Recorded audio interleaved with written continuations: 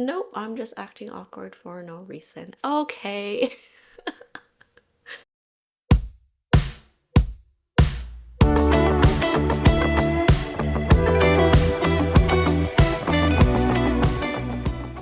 Hey there, welcome back to my channel, String Things by Mel. My name is Melissa. I'm a stay-at-home mom living in Vancouver, Canada, and on my channel I chat and share everything about my knitting hobby. So yes, it has been a little while since my last podcast episode, since December in fact. So this is my first episode of the year. Woo! Um, Long story short, life, colds, just straight up not having really the energy, or it's not that I don't have knitting mojo, I just wasn't in the mood, I guess, with everything else that's going on. So there are a few things to catch up on knitting wise. So let's just get started right now. So let's start. I wanted to start with a sweater that I made for my daughter. So I believe this was in my Everything I Knit for 2024 video, but haven't had a chance to chat about this one yet. So this cute little number, turn around. So this is the Always Forever Unicorn Sweater. It's a pattern from Wool and Beyond. And so first off, the sizing is different, I guess, if as a North American knitter, I would say the majority of the patterns usually have the sizes labeled as, say, 1 year, 2 years, or, extra small, small. The pattern has it in height and in centimeters. So, like, 95 centimeters, 100 centimeters, those aren't the actual numbers. I'm just throwing up numbers there. The size that I did for Darcy, I believe, is 110 centimeters, which is not her height. She's just over 100 centimeters, but I find that she has a long torso. I also like her in oversized clothing. I will say though that this pattern, the styling of it is oversized. I'll hold it out to my body, and like it almost looks like it could fit me. It wouldn't be oversized on me, but it could fit me in terms of the circumference. Um, and that's another thing about mentioning about sizing, picking sizing in the pattern, is that I think circumference is listed, or maybe it's not even, but there's no other pattern measurements or garment measurements. And there's no like schematic. So it's really just, you're just picking off of height, which I find just a little bit strange. But anyway, given that it is just kind of a plain stockinette on the arms, you don't have to worry about how to adjust for striping or whatever. If you're going to lengthen or shorten the arms, that part is okay. There is intarsia, colorwork intarsia, which in terms of body length, that is something that you can't really adjust because you're following a specific chart. So this is worked top down. And so you just kind of have to hope that it's long enough. You could count out the rows in the chart and convert that to a measurement, because length is not provided in the pattern. But this is long enough for my daughter. It is quite boxy. It is quite oversized. But she does find it really cozy. I use the suggested yarn. I even use the same colors as the designer. I cannot remember the name of this color here. It might be called beige. Depending on where you look, I'll put the information in the description or like on the screen for the numbers for the colors. But it's a really nice kind of like gray pink mix. And so that's the main color. The unicorn is in just like a white. And then the main is a mix of We Are Knitters petite wool and some Cascade 220 Merino Superwash, which is all from my stash. So I have not done any sort of, say, like fiber shaving or like maintenance on it. My daughter has worn it a number of times and it's looking pretty good still. I find drops air is, yeah, I think there can be a little bit of pilling, but considering how rough Darcy can be while she's wearing it, also how she puts it on, like it holds up well in my experience. This is the second sweater Darcy has in this yarn. She does even wear a t-shirt underneath of it. I try to get her to wear something underneath just in terms of layering, especially when she goes to school, and I say, hey, what if you get hot at school and you need to take off your sweater? And she always responds, no, Mom, I am not going to get hot. And then adds, I want to feel the coziness on my skin. So, okay. So she has no issues at all with this yarn on her skin. What else can I say about this? Oh, so the intarsia, if you never worked intarsia, it's a color work technique that you have multiple balls going at the same time. So you'd have, say, like a gray ball here, and then white for the white stitches here, and then say another gray. So the body, it is constructed top down, but it is worked flat in order to execute the intarsia.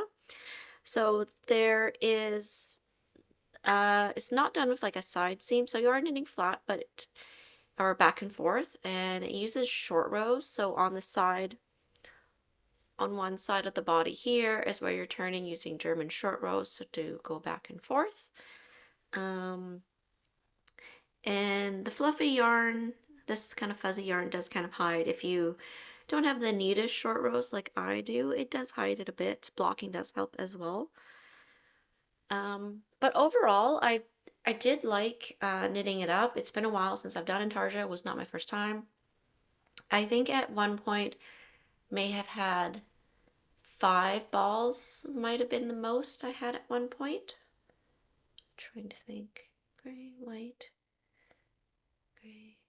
Yeah, something around there. As long as you're good at, putting your balls out and untangling them as you go, then management is not too bad. You just gotta pay attention a bit. The neckline, I felt like it was a little bit big, and I find that happens a lot with children's wear because the head to shoulder ratio is different than adults. So I did add some elastic. Even if the collar didn't look really big, I always add elastic into my daughter's sweaters just to help with the durability and longevity. She really tugs on sweaters when she puts them on, and it's held up well. And so the collar is a 1x1 rib, and it's a, did I fold it over? Is it a folded over one? I actually honestly don't remember since it was in December. It feels like I folded it over. I think it is a folded over collar. Now I look at it closer, yes, it is. The end of the sleeves, or the sleeve cuffs, also have 1x1 rib, and the body also has 1x1 rib. And it does incorporate their intarsia, continues on into the ribbing as well. And it's just really cute how the mane goes around to the back of the body. Little sleepy embroider eye. There's no specific exact instructions on how to do the eye. You just kind of look at the picture and go for it. I have some Drops Lima in my stash still. I did not use a full strand of yarn though. I separated it in half, so there's 4 plies in that one, so I only used 2 to embroider the eye on. So because my recommendation is don't use something super thick, but also don't use something super thin. And, give it a go. If it doesn't work, just rip it out and try it again. I think I got it on my second try. But yeah, there you go. That is the Always Forever unicorn sweater from Wool & Beyond.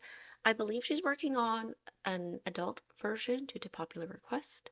And she's also working on a like dinosaur as well. I really like the color combination she's using. It's definitely right in line with Darcy's color palette. So the purple and it's got a green dinosaur. So I showed it to her though, and she kind of was like, "Meh," which I was surprised. I thought she'd be into it, but who knows? So may or may not make that one for her.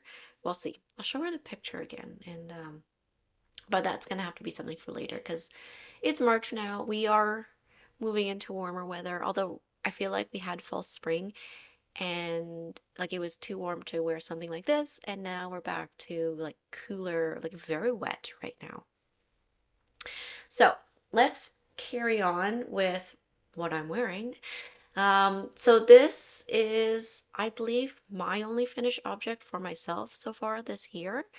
2023, Melissa already had, I want to say like 3 or 4 items for myself already by this time.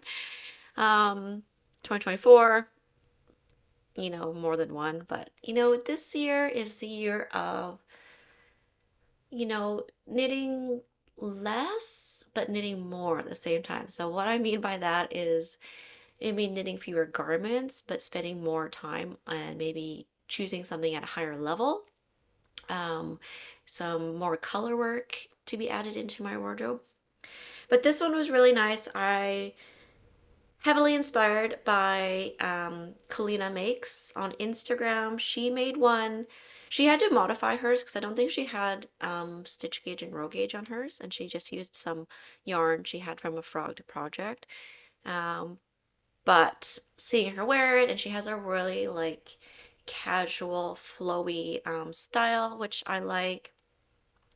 And I did want to add in another turtleneck into my wardrobe.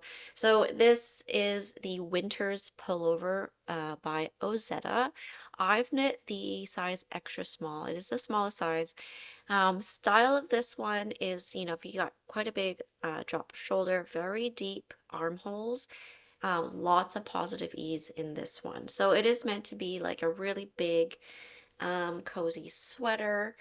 I've used the same yarn I used in my first Levitate wrap, which is the Cascade Ecological Wool. The particular one I have is the undyed version. I believe the color is just called beige. Details will be on the screen. um, and I just really like this yarn, so I was able to knit this up holding that yarn single on its own. I believe I did use the same needles as the pattern. In terms of like sleeves, I think length, I've knit the same length as the pattern. Sleeves, mine are ever just a little bit longer. I tend to have to lengthen sleeves in some patterns, but not always. I feel like if my proportions are similar to the designers, then I don't have to. It's like they kind of design to almost their proportions in a way, even though there is kind of like sizing charts you can follow when you're grading your patterns. But um, for the Ozetta patterns, like the Miles shirt jacket, for example, I also had to lengthen my sleeves on that one. And I don't have anything that's super, super long. Like when my hands are, or arms are straight down, it's not completely covering my hands. So it's a nice cozy length. Kind of a wider cuff, which I kind of like. It adds just to the overall coziness of this. So it's knit top down, starting with the back, and there are short rows, and you pick up stitches for the fronts, and you work until you get to the underarm area and then join in the round. The collar or the turtleneck is picked up and done afterwards. And I don't think the deep armhole is for everyone. They kind of go ahead, or what gave me the green light to pick such an oversized pullover was that there's this gray hoodie that I've been wearing a lot since the start of the year. And it's got like really deep armholes, and it does kind of taper quite a bit down to the sleeve cuff. And past me would have said like, oh, it's too bat wingy looking. I wouldn't enjoy that. But here I was enjoying that kind of proportions, that kind of sleeve style. So this armhole happens to be the same size as the hoodie that I've been wearing a lot. So that was just kind of nice to use something I already had in my wardrobe, kind of a little bit of inspiration, but also as confirmation as something that I will actually like to wear. So that is the Winters Pullover. In terms of pilling, so there I do recall quite a bit of pilling when I made my levitate wrap. Now I don't notice as much, so I think it just has to go through a shedding period, and I think my sweater is still going through that, but there is quite a bit on the arms, and some of that is because the armholes are so deep and big, and it's a lot of fabric, and my jackets don't have this big of armholes. So every time I'm putting on a jacket, the fabric is, there's friction there, and it's bunching up and moving, and so that's contributing to the pilling as well. So it's just an area I have to pay more attention to in terms of maintenance, and in particular with this yarn. I still really like it. I will continue to buy Cascade Ecological Wool if there's any other bulky yarn weight patterns that I want to do. Next up is something super cute. So there are a couple hats that I finished, but I didn't grab them. Also, one of them, Darcy's wearing them at school. But I have finished a couple of toques since the beginning of the year. Where'd my little guy go? Oh, there he is. So this one is totally was a spontaneous cast on, but India Rose Crawford on Instagram makes these amazing kind of like stop motion videos with, frog and toad. And the pattern is not hers. It actually comes from Claire Garland or Dot Pebbles. And Darcy, my daughter, she just absolutely loves watching these frog videos. And she's, I told her that's like, oh, that there's a knitting pattern for that. And so, of course, since I said that, she's been asking for her own little frog. And so I've been feeling, as I said before, like not low knitting mojo, but just a lot of like knitting doubt, knitting mistakes. I will get into the makes where this has happened. But there was, a good couple weeks where I was like, nothing feels right. So enter this little guy. He's got a sweater on. So this is a little frog I made. And the pattern, so there are two different frog patterns from Dot Pebbles. So this is the kind of like the newer one, the revised one where the legs and the arms are done with I-cord. But this little guy is just so cute. He's got a white belly. I've just used stash yarn. This is a whole yarn super soft in the color Clover. And then the white is bleached white, and it's held single, so it is done on really small needles. I think I used 2.5 millimeter needles. And there is wire inside the arm, so we can bend them and they stay. But yeah, so Darcy requested a red sweater, which I think is really cute. I did not use the sweater pattern that's provided with the frog. So if you get the frog and toad pattern, it also includes, I think, dungarees, a sweater, and like this like funky little mushroom hat. The sweater pattern is knit flat, I think. It is still like top down, but it was knit flat, and I was like, I don't feel like knitting flat. So I kind of took some of the numbers from that pattern and then made my own top-down raglan using the kind of like number counts from the pattern. I think it turned out okay. I feel like next time, because of the way his body is, I do maybe fewer stitches for the front portion because the back fits really well. And the back and the front I did with the same number of stitches, but anyway, it's fine. It's just for little froggy. Darcy wanted him to have a scarf, so I just did a quick like little braid for a scarf using some scrap yarn again. And the wire that I used in mine is actually like garden tie wire. It comes on a little spool. It's green. It's very flexible on its own. So mine is doubled up just to have like more strength. Otherwise, I don't think it was going to say like hold up very well. Probably would have been fine, but I wanted just like a little bit thicker wire, so I doubled mine up. I just got the wire at the dollar store. I thought green worked out nicely too in case it pops out. It's not super noticeable.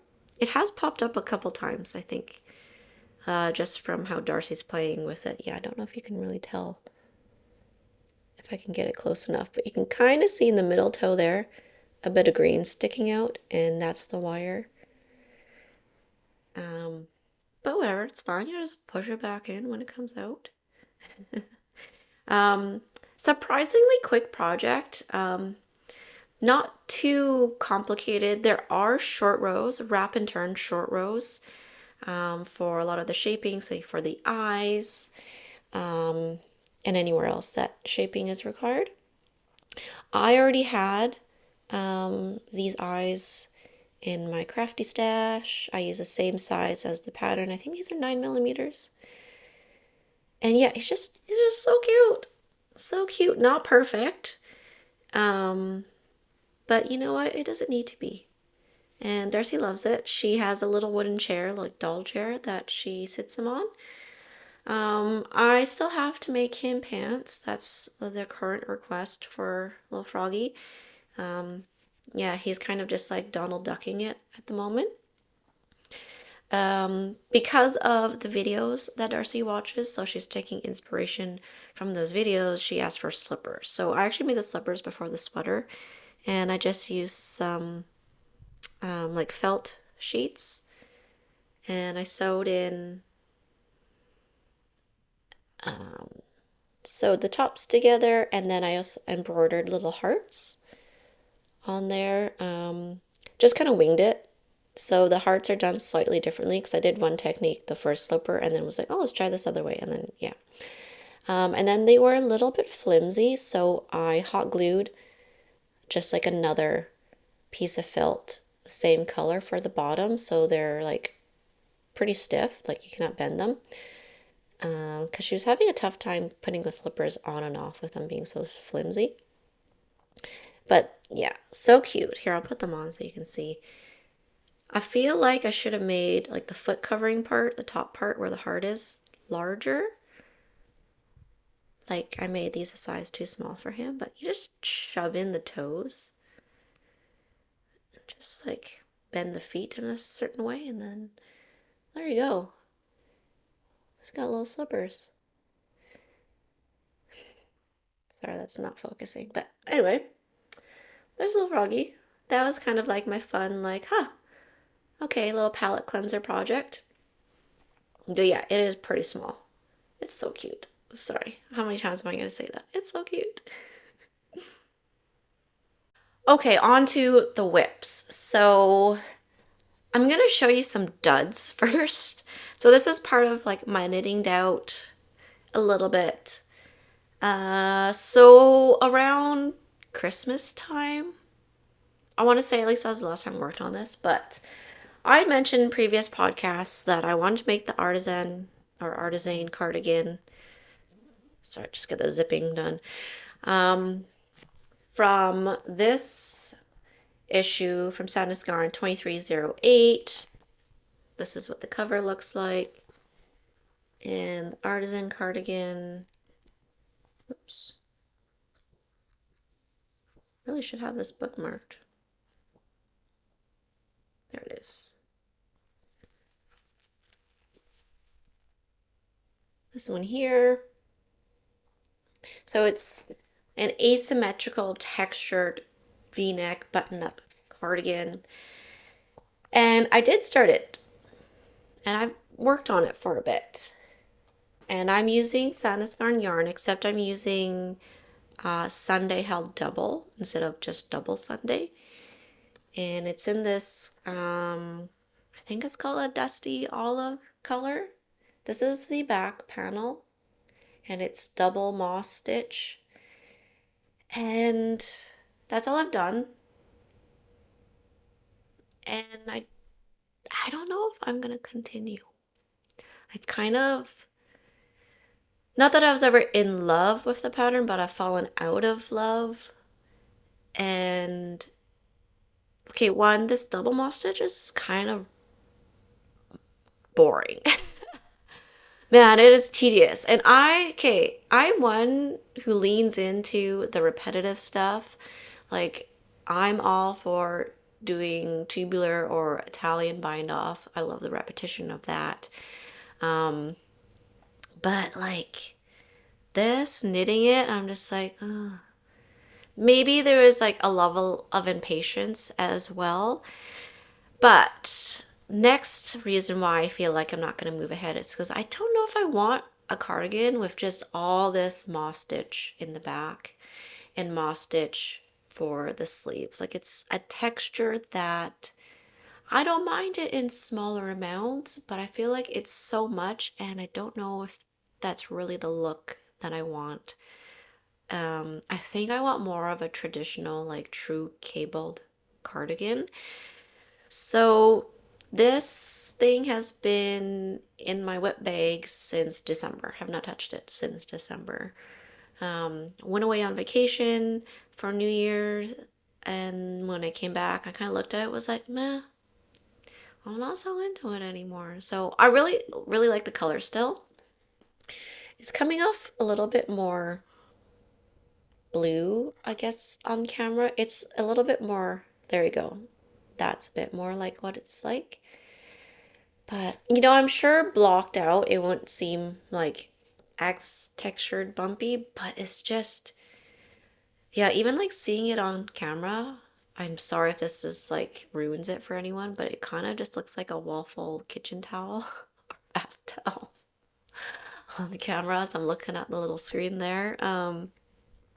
Yeah, so probably will frog it. I'm in no rush to frog it because, I wouldn't be using this yarn until closer to fall. So this is, I guess, in hibernation or in timeout until I really figure out what I want to do with it. And so that's kind of like dud WIP number one. That is most likely going to be frogged. And there's other projects I found when I was organizing my craft room, my little tiny studio.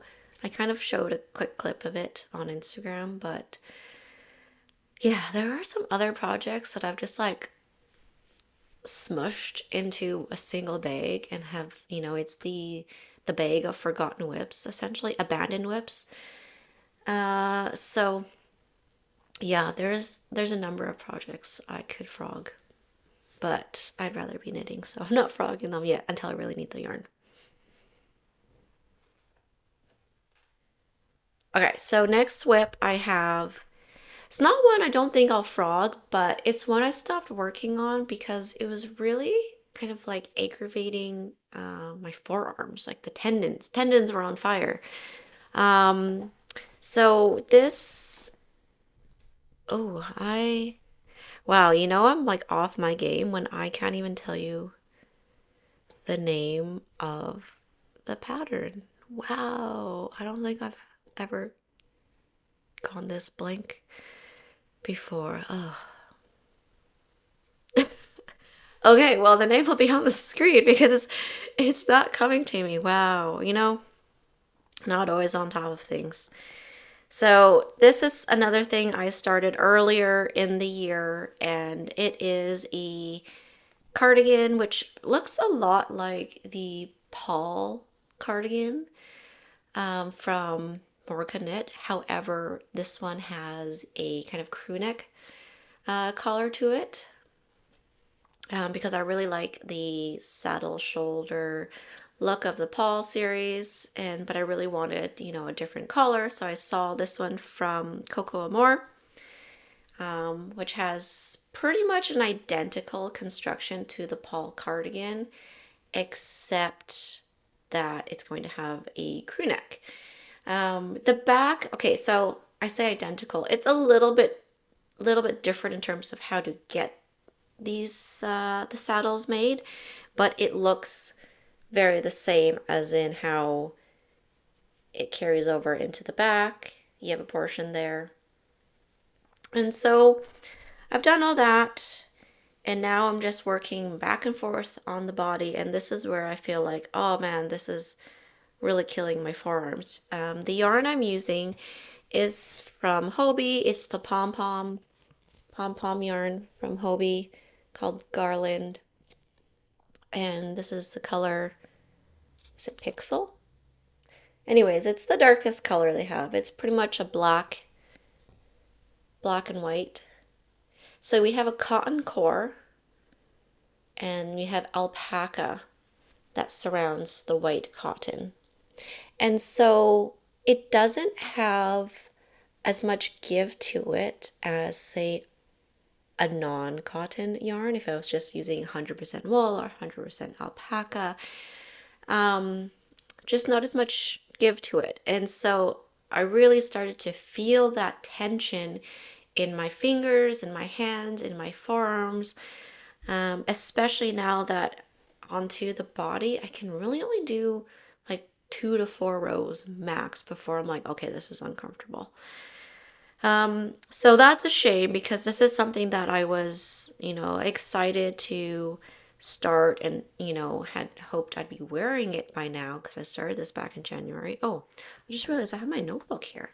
It's probably in my notebook, right? Amesbury Cardigan. There we go. Yeah, so I started this at the end of January, cast on size 2.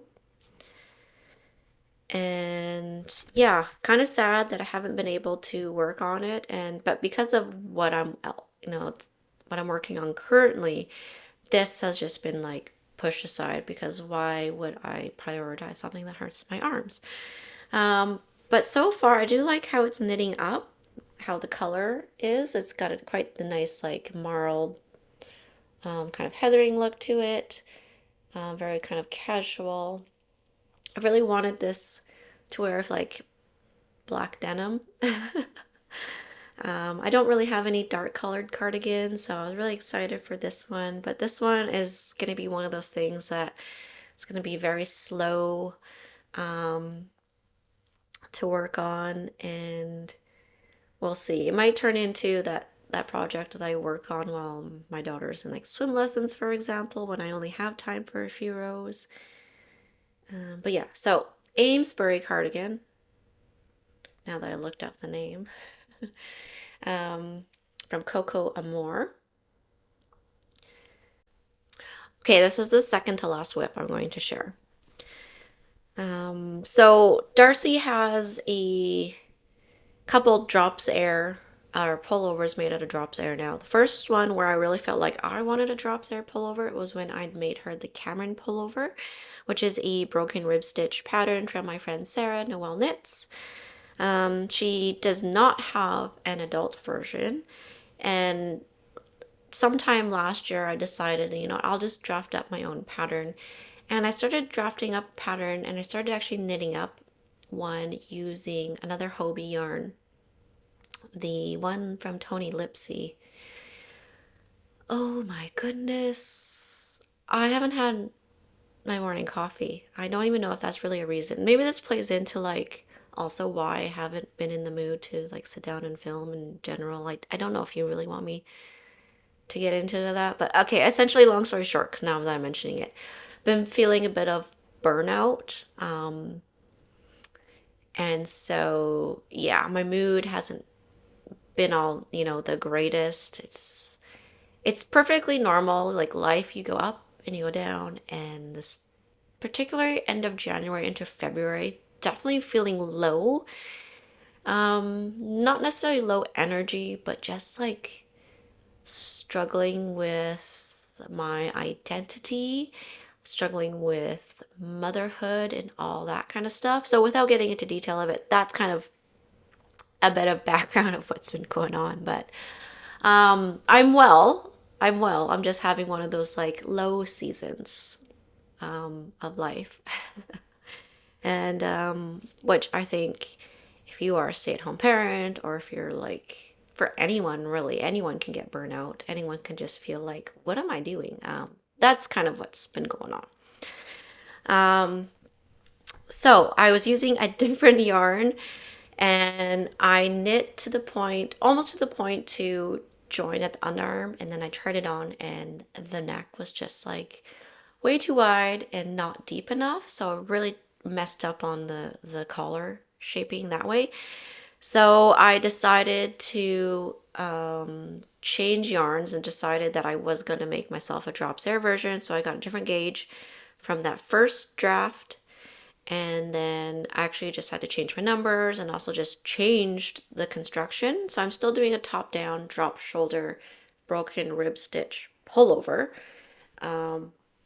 But I've done, enough different things from the first one that I can actually talk about some of the numbers and construction about it.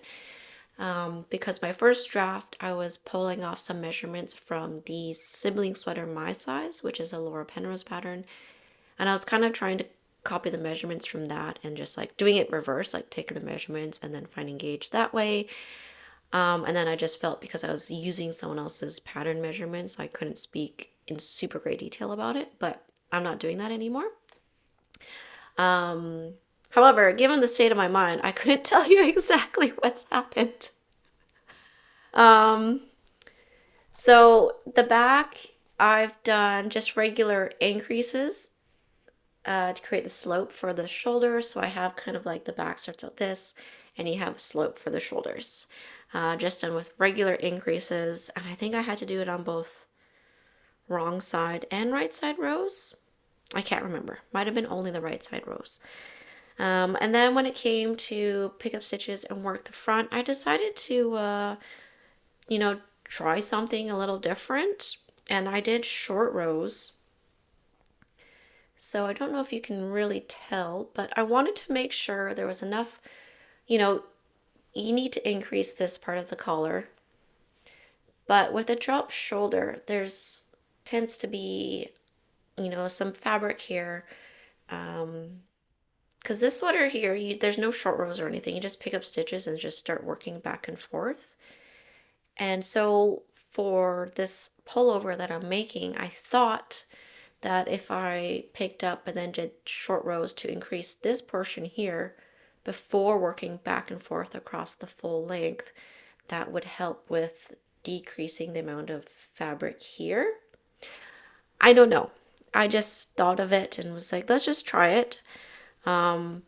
Picked a number to start for the short rows, worked out my first try. Thankfully, I was writing everything out as I did it and was able to replicate it for the other front. And so now I've joined the fronts and I'm just working back and forth until I reach the point of the underarm, which then I would join to work in the round. But I think my collar shape is working out okay. So, I mean, of course, it's going to look a little bit wide right now, but I think when pick up stitches for the collar, I want something, a crew neck that fits relatively close to the neck, not like a turtleneck, but like closer. I don't want, say if I was wearing a t-shirt underneath, I wouldn't want a lot of that t-shirt neckline to show. A little bit would be okay, but I don't want a lot of it. So yeah, so this is now my knitting at the pool project, because I'm just doing the right side is just knit across and the wrong side is doing the rib pattern. I was really gung-ho about this one back in, I don't know, January or February, whenever I started this. But the next project we'll share is something that was just like I'm more obsessed with. So still would really like to have this one. Again, another one of those projects that I thought I would have finished and be wearing by now. But that's okay. Just slowly work on it and maybe it'll be done for spring, maybe not. And we'll see. So just another one like giving myself some grace. There's no need to rush. I have plenty of other knit garments I can wear. But let's go on to my final WIP to share. Oh, sorry, buddy. Tiberius is sleeping on the couch next to me, and every time I kind of drop stuff, he's like... So this is what has all my attention right now. Let's cut. This is the Norma Sweater, patterned by My Favorite Things Knitwear. I believe she's released another version of the Norma. I think it's called New Norma, which is a drop shoulder. The original Norma is a top-down raglan. Sorry, I'm caught on something here. Okay. So top-down raglan with a kind of like, not a fold-over turtleneck, just like a straight turtleneck. Let's see if I can move back a bit. Show you there's the raglan lines here. Finish the body. I did tubular bind off on the bottom there. And I just really like the retro vibes coming from this sweater. This was part of the Essayer collection, so it is coming from something from the archives. So it is based on, I guess you could now say, some sort of retro Essayer sweater. I was able to use some yarn already in my stash, so I didn't buy the yarn specifically for this sweater. I just happened to have, you know, close to the same colors as the original sample. So I have for my main color, this is Holsgarn Super Soft in the color Oatmeal, and it's held double.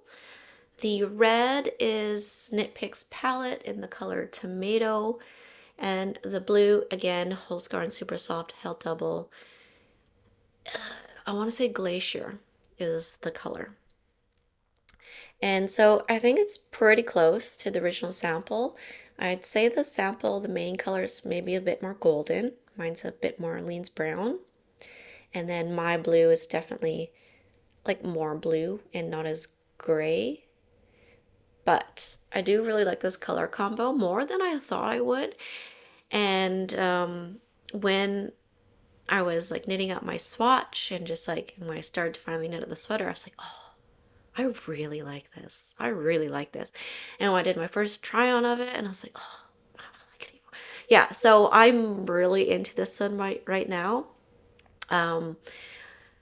Enjoying just knitting a top-down raglan. Felt like I hadn't done that in a while, and just like knitting in the round, like truly knitting in the round. So you start with the ribbing for the neck. And so that was the tricky part for me because I find I don't have a very long neck, I don't think. And I knew that I didn't want it to come up really high because I feel in the model photos, it does like come up pretty close to her chin. And I was just like really paranoid. I was like, I would like knit around and like try it on. So what I did was knit to a point where I thought it was the right length and then blocked it and figured out what my blocked gauge was for this particular 1x1 rib on whatever needles I used. And then tried it on and tried to like pull the bottom of it a bit just to kind of mimic the weight that the sweater would have. And then kind of just like guesstimated and tried on, kept trying it on until I found the right neck length. I'm hoping it is. Like the rest of the sweater is not blocked, just the 1x1 rib is, but so far it's still like hitting at a spot that I like. So for me, it turns out to only be about 8 centimeters, and I think the pattern says 11 centimeters. So, but anyways, that's just like more of like my preference. I just didn't want it to be that high up. And one thing I will note about, or one of the things that I want to note about this pattern, that there are actually instructions, or swatch instructions. So I typically swatch before I even purchase pattern. I look on Ravelry or the designer's website to see what the gauge is. And then this stitch pattern, you could look at photos and pretty well like figure out what's happening there. So I swatched, and I swatched in the round because I read that the sweaters were top down in the round. And I also could tell that the neck was done in the round as well because of the way you can see how the stitches continue right into the raglan lines. If it was a collar that was picked up later, there would be like a little bit of a jog somewhere there. Um, then when I purchased the pattern and found that there was these swatching instructions, I found it interesting that the instructions said to knit flat. At least that's what I recall. I'm like, now there's like doubt in my mind after like my little mishaps earlier of like not remembering a yarn name and a pattern name. But I thought that was interesting because nowhere do you knit flat in the sweater except the instructions said swatch flat. So just want to mention thought that was kind of strange. I swatched in the round because definitely with the color work, I wanted to make sure I had an accurate swatch to refer to. Not that I necessarily, or you necessarily need to hit gauge exactly, as long as you know what to do when you don't hit gauge.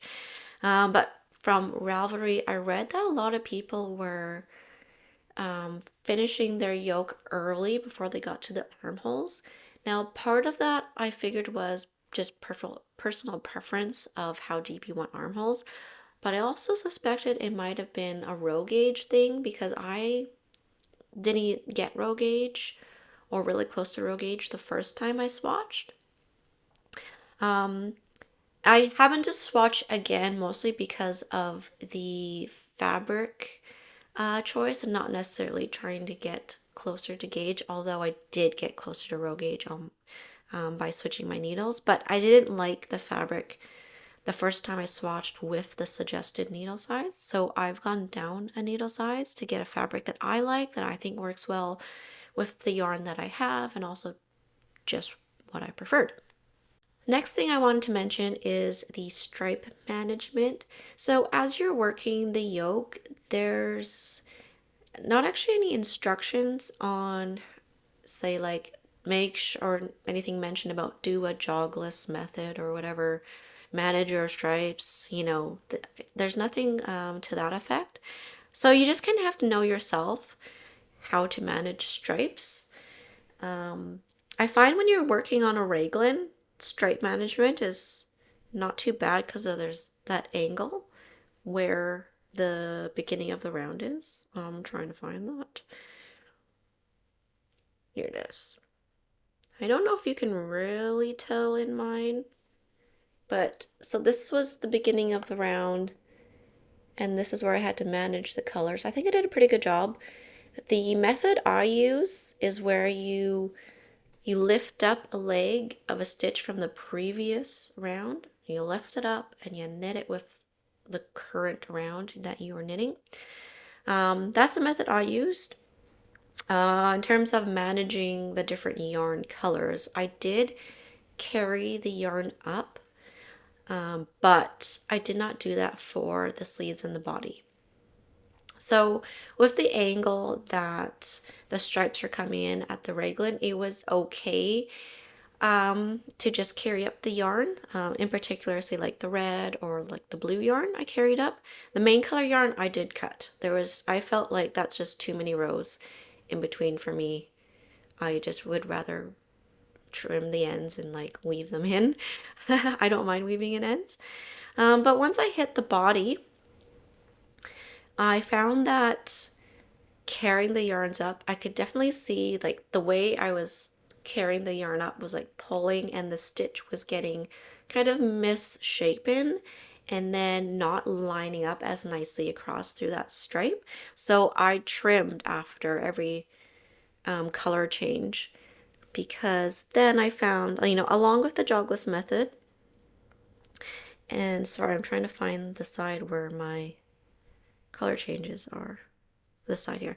So along with the jogless method and the way of like weaving in the ends, I could really line up the stripes better that way rather than trying to carry up the yarns. There's a little bit of like puckering because I need to block this still.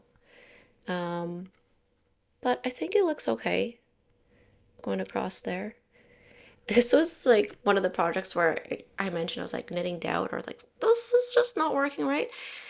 Um, so when you hit the body, there are sort of like instructions to help with managing the stripes. It doesn't explicitly say like there are slip stitches to help with lining up the stripes. No, there's just slip stitches written into the pattern, and that's the method that's used for the stripe management. So when I first started the body, I just was like not even thinking and just like knitting along and not doing any sort of stripe management. I was like, oh crap. So then I had to frog this entire first stripe after this arm body separation, and then started again and was saw the instructions for slip stitches in the pattern. I was like, oh, okay, yeah, did that. Didn't like how it turned out. So frogged it again, started again, and went back to my jogless method that I was doing on the yoke and frogged it again because I was lifting up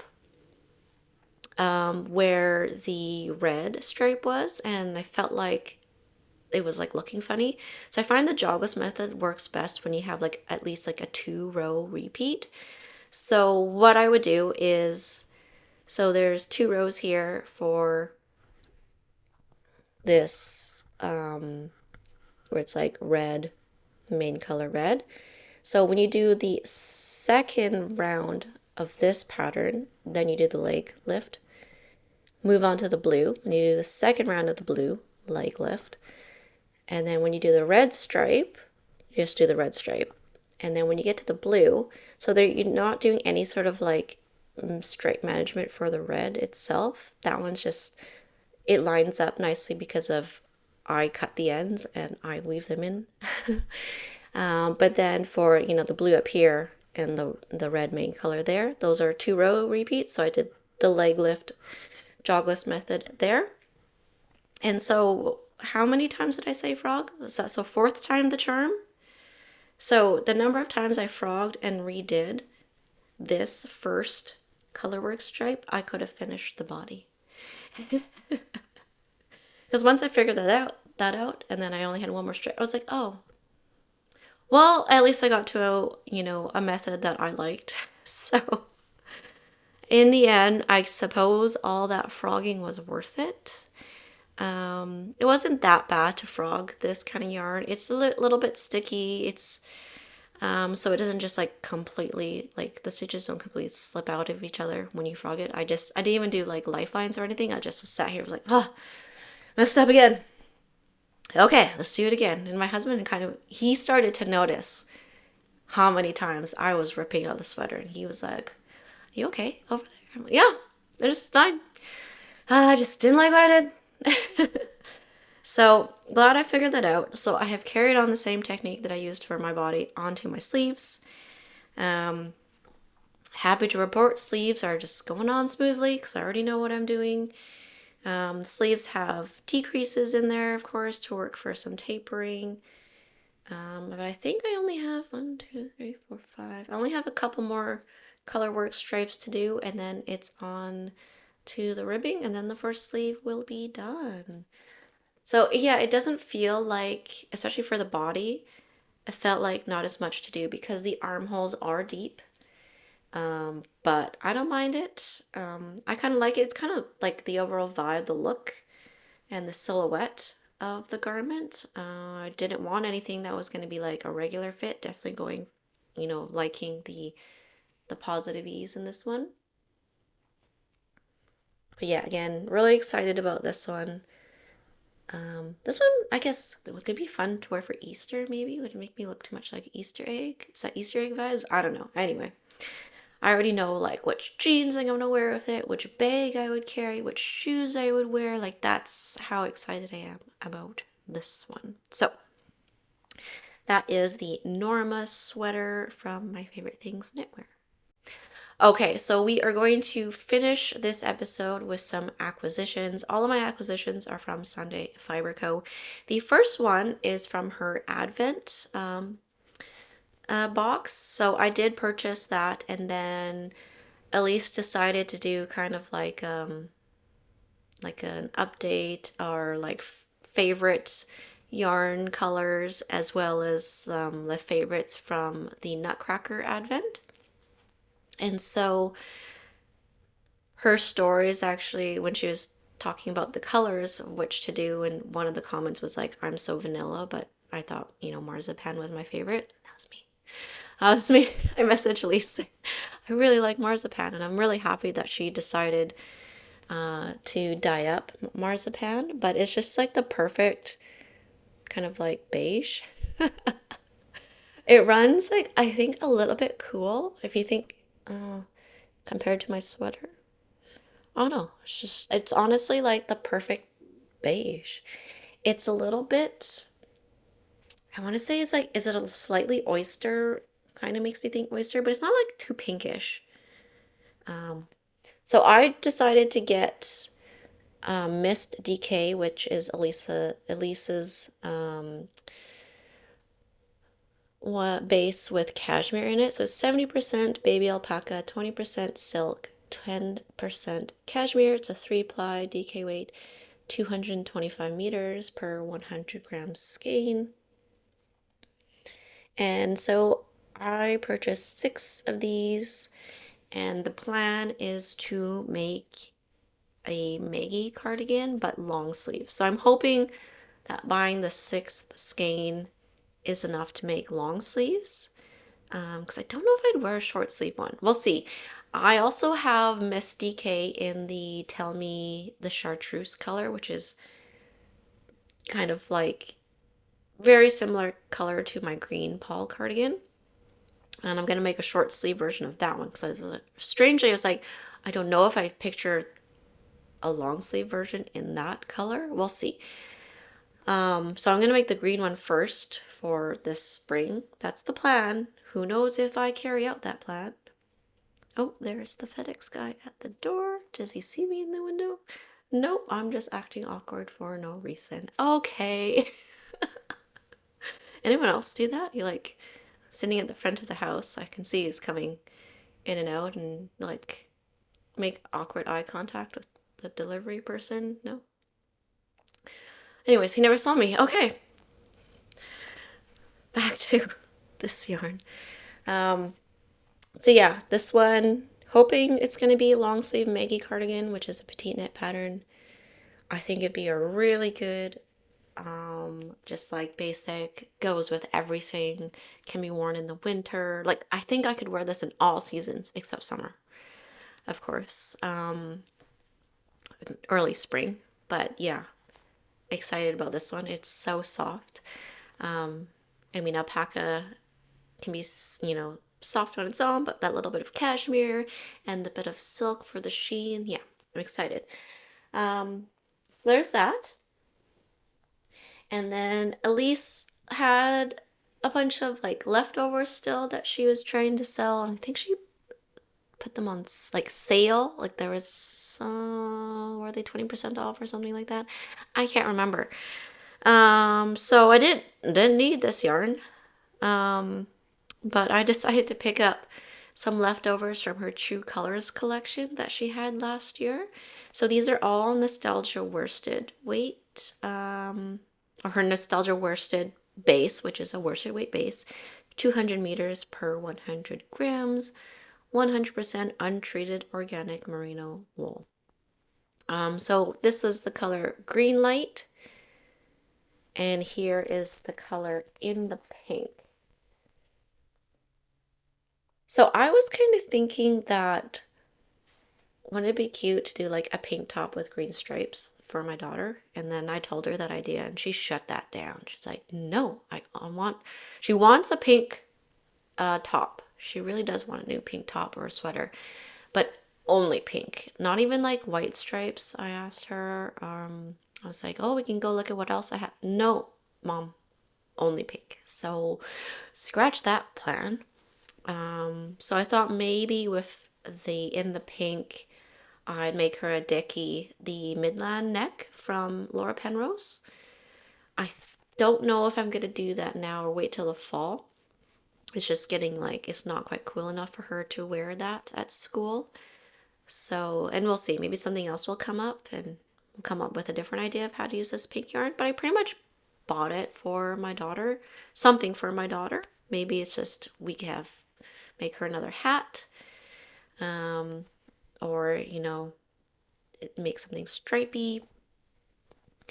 This one, probably a hat, maybe for me, because I made the bright green hat using the fingering weight yarn from Okanagan Dye Works in the color Eek. I kind of made it for myself. I made it big enough so that I could wear it, but it's also small enough that Darcy can wear it. And of course, she looks so cute in it. And she really likes it. She says the yarn's really soft, really comfortable to wear. And so she's pretty much taken it. Like, she packs her bag for school and like the hat's in there. And I'm like, okay, so yeah, that's yours. Okay. So I got this. I'll make myself, it's not the same green, but still a green that I like. And I think it's still a green that looks good on me. She also calls the hat her Grinch hat, which someone did comment when I made my glowworm Paul cardigan that she's like, don't take this the wrong way, but it could still work for Christmas. It kind of like along the lines of said, like, it kind of makes her think of the Grinch. And I actually liked that reference. And I never told Darcy this story, never even mentioned it. And Darcy has been calling that green hat her Grinch hat. And I was like, oh, that's pretty cute. Like, what a coincidence. So anyways, yeah. So she can have that hat. I'll make myself a new one. All right, guys. So that's just, a little bit of everything that I've been working on since the end of last year.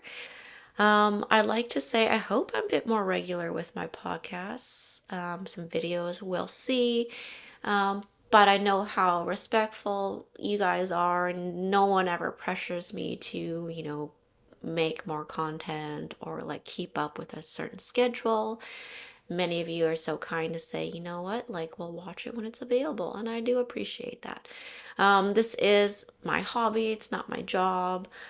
Yes, I do make a little bit of, ad revenue from it, but it by no means is a driver for why I make the content.